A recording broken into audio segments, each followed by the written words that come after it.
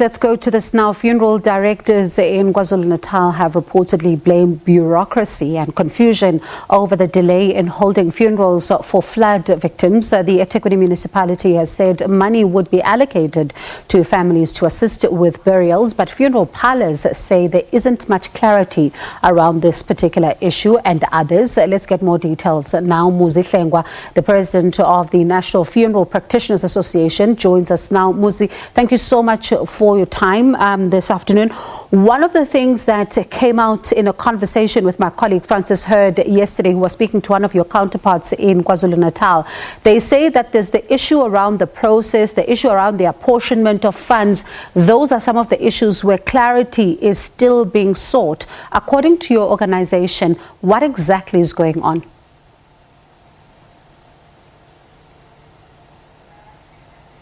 Muzi, I think you're muted. Good evening to you and me. I can hear you now. Thank you. No, I think the statement that was released by Nomfundo Mgoi is quite correct.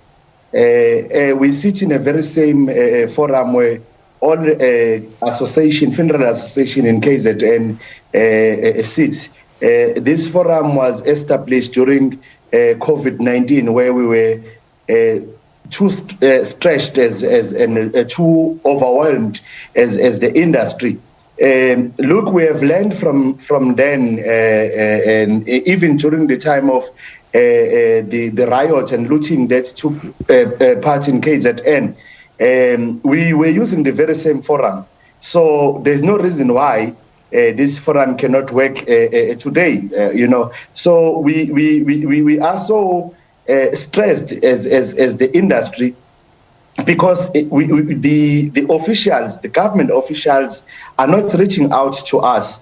Today we're getting a certain information, and tomorrow the certain information has changed altogether. For an example, they said they allocated 20,000 rand per funeral, of which the 5,000 rand will be going towards the groceries in the family and 15,000 rand for the funeral. And then it changed.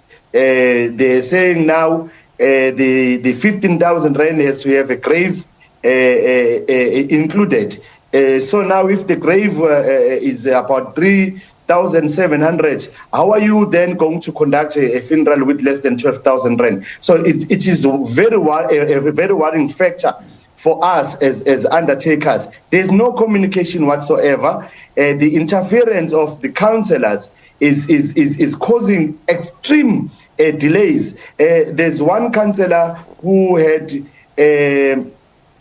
went to a family where the family has appointed 2 different undertakers and said they can only assist if they bury with the parlour that is prescribed by that particular councillor. Bab Hlengwa, I'd like to go back to that, because those are serious allegations. Are you saying that there's a councillor that told a family that this is the funeral parlour that they need to choose, and what was in it for that particular councillor?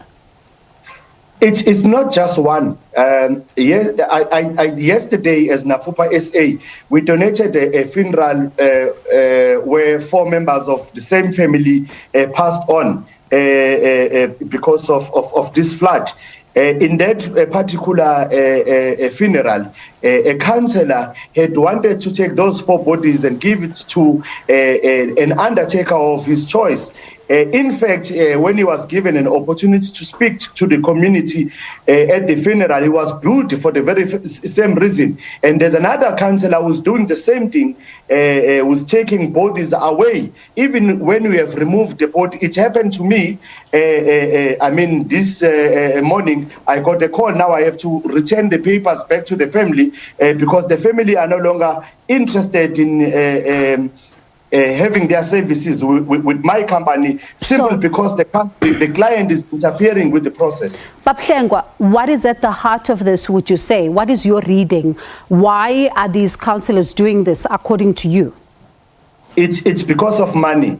It's not only councillors, it's officials.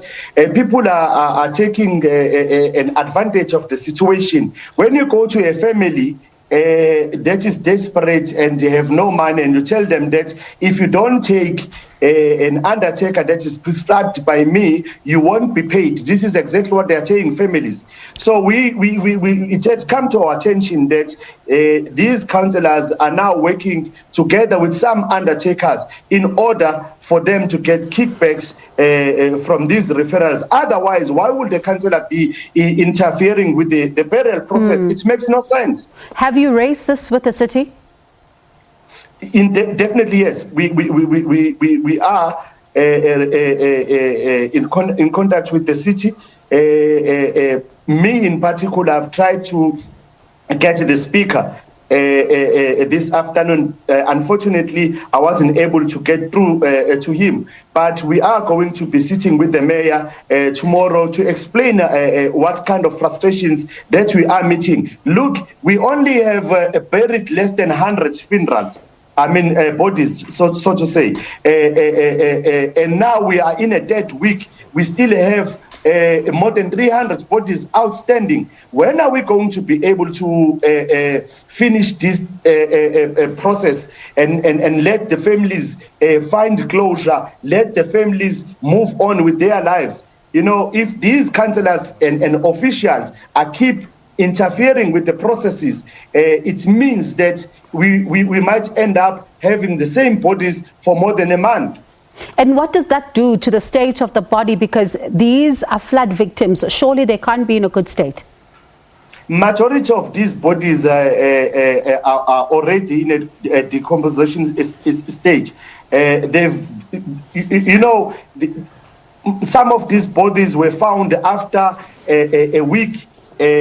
Some of them were found after 5 or days or so. So already when they come to us, they are in a decomposing state. Those that are still sitting at the government mortuary, when you go there, you can hardly breathe. We can't be sitting with decomposing bodies simply because some councillors and some government officials are seeing an opportunity for them to make money.